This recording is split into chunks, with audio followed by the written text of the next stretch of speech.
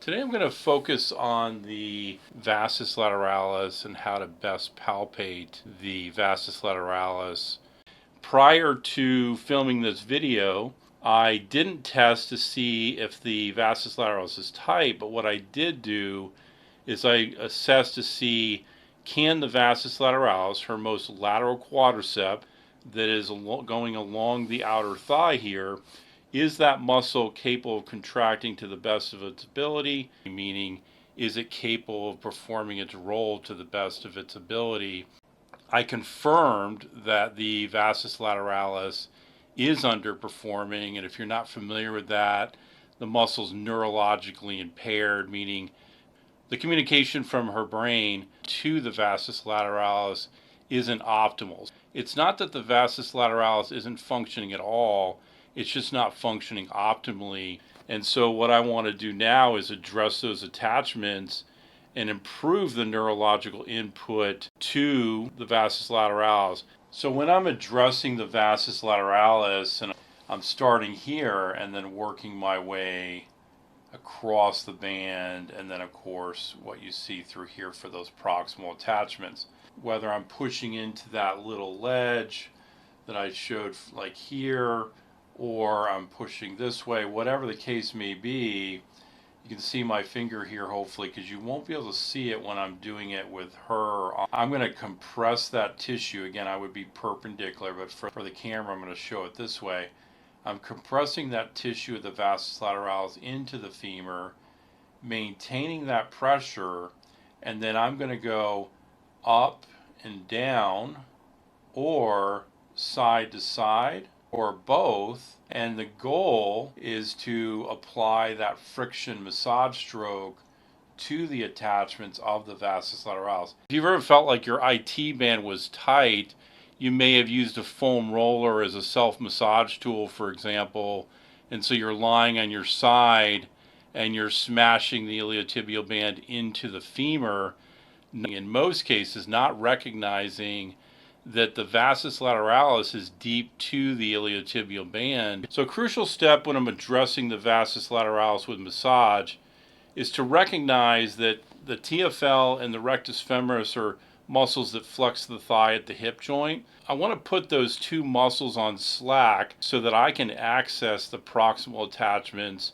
of the vastus lateralis, and the closer that I can get to the bone, the better. And that's going to allow for more precision, and with more precision, better results, and she'll end up walking away with more spring in her step. So I'm going to put a bolster under her knee.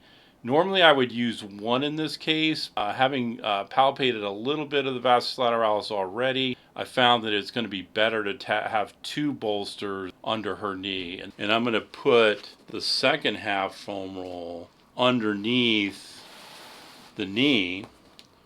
So we're stacking them at this point.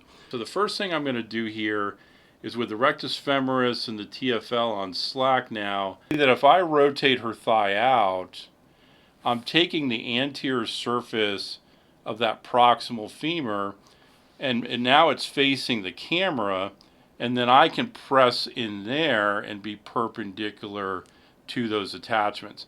I can also stand and I can go in this way, but if I laterally rotate or externally rotate the thigh at the hip, I can actually access that a little bit more, and that can be a good thing because that vastus lateralis might go underneath the rectus femoris slightly. So those are a couple things to think about. The other thing I would look at here, and I showed you this on the bone, is that there's a little ridge here, and I like to press into that ridge as well, and then I'll follow that down until I get to where I'm on the top edge of the iliotibial band, and then I would work from there. But before I do that, let me just explain that, because the band, if you're not familiar, is actually starting way up here in her pelvis, and then it's coming down, and the TFL and the gluteus maximus are attaching into it. So the band, when you see it in an anatomy textbook, doesn't actually look like that underneath the skin. So if we did a dissection today, we would find that the IT band, or what we call the IT band, actually goes all the way around her thigh. Literally, and the entire thigh is covered by fascia. And because we know that the TFL and the gluteus maximus attach to the iliotibial band or IT band, we dissect it out. But it's really not there until it's dissected Let's out. add something interesting. We talk about the bones of the lower limb. So the main bone here is the femur, and we talk about the tibia, the shin bone, and the fibula. But muscles don't just attach to bones. The lower limb is covered in a tough fascia, a tough connective tissue stocking called the fascia lata. Here you can see a thickening of that. This is the iliotibial band. Having worked with many cadavers, I can tell you that if you were to slide your hand between the IT band or iliotibial band and the vastus lateralis, once the IT band is dissected out, you'd find that the IT band is much thicker through the outer thigh. So when I tell you that I'm following the bone and the attachments of the vastus lateralis to the bone, and I get to here, I'm pushing down onto that thicker area, which is the IT band, and recognizing that that's there, and then recognizing that I have to go a little deeper because now I have to go through this thick band that we call the IT band. Once I get to the posterior side of that IT band, now I'm pushing up into it, so pushing up from that bottom edge, and I'm going to work my way down the femur.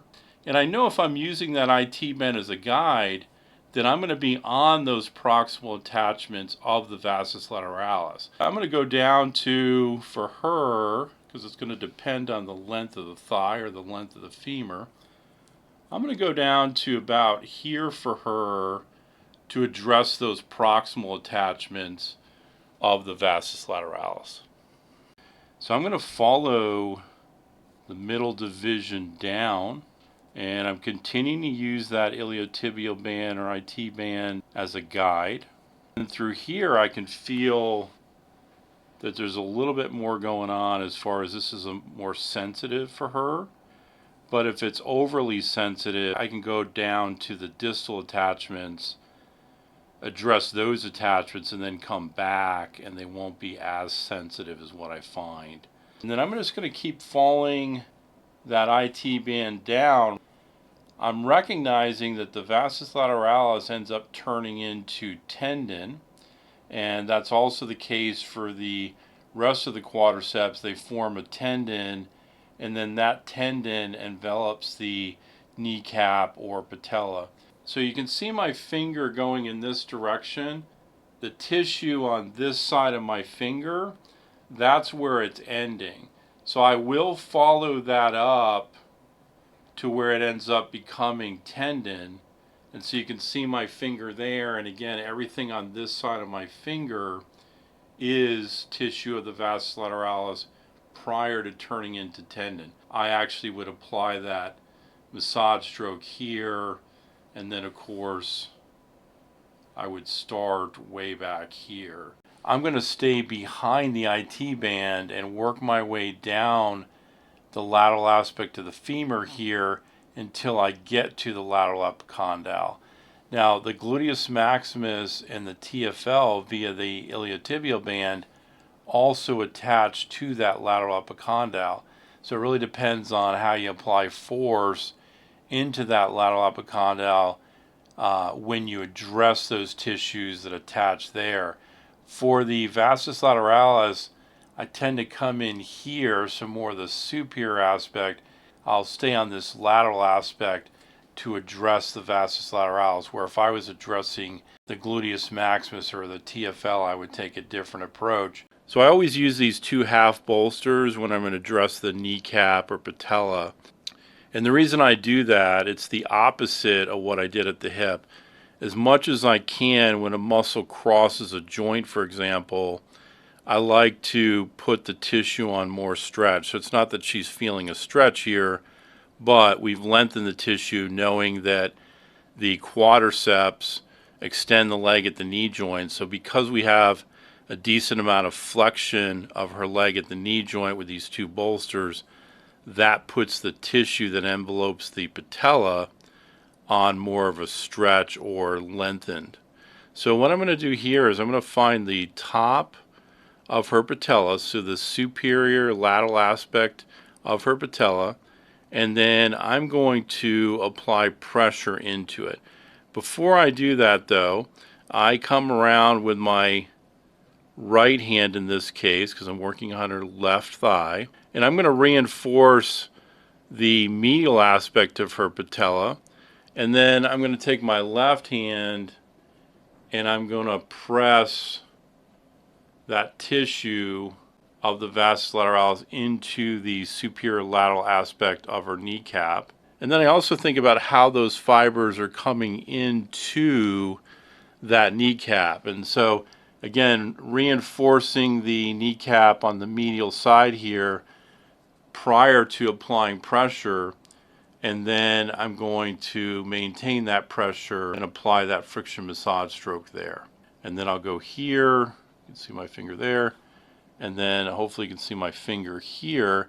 So I'm more lateral now, whereas before I was superior. So lateral, lateral, and then superior lateral, and more superior lateral here as well. So we talked about the tendinous attachments coming into the superior lateral aspect of the patella. Those tendinous attachments are going to continue on, and they are going to attach to what's referred to as a ligament.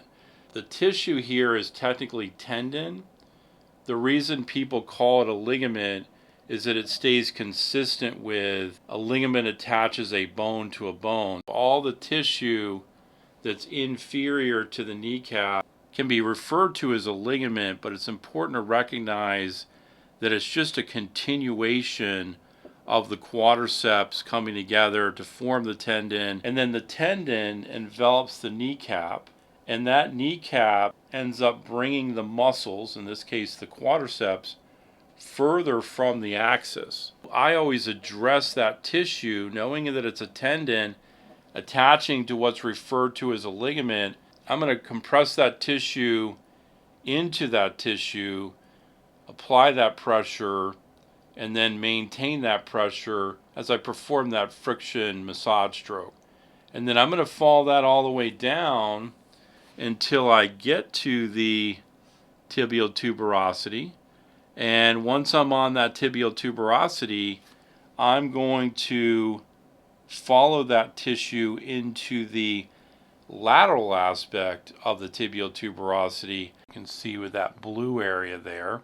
And I'm going to follow that tissue that's inferior to the kneecap into where that vastus lateralis attaches to that tibial tuberosity. And I'm going to stay lateral, and then I'm going to work my way down, usually about 3 fingers width. I'm going to work my way down and cover all that attachment until I get down to the shaft here where you can see this red area, and that's where the tibialis anterior attaches to the shaft of the tibia.